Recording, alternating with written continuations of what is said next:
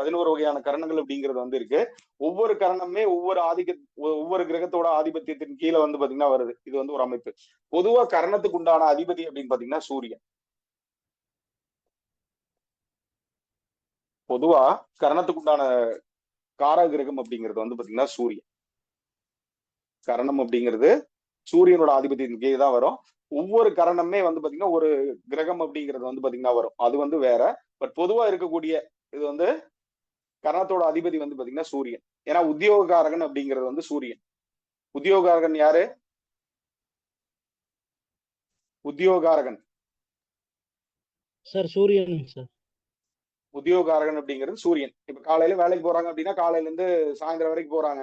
அல்லது ஒரு மாச சம்பளம் வாங்குறாங்க, வார சம்பளம் வாங்குறாங்க. இப்ப இந்த 4 ஒண்ணா மட்டும்தான் சம்பளம் அப்படிங்கிறது வந்து பாத்தீங்கன்னா வருது. வேலை செஞ்சா மட்டும்தான் வந்து காசா வருது. அப்ப அந்த அமைப்புல இந்த சூரியன் அப்படிங்கிறது வந்து பாத்தீங்கன்னா கர்ணத்துடைய அதிபதி அப்படிங்கறத தெரிஞ்சு வச்சுக்கணும். ஓகே. இப்போ ஒரு சிலர் வந்து சனின்னு சொல்லுவாங்க. அது பரவாயில்ல. அது வந்து பரவாயில்ல.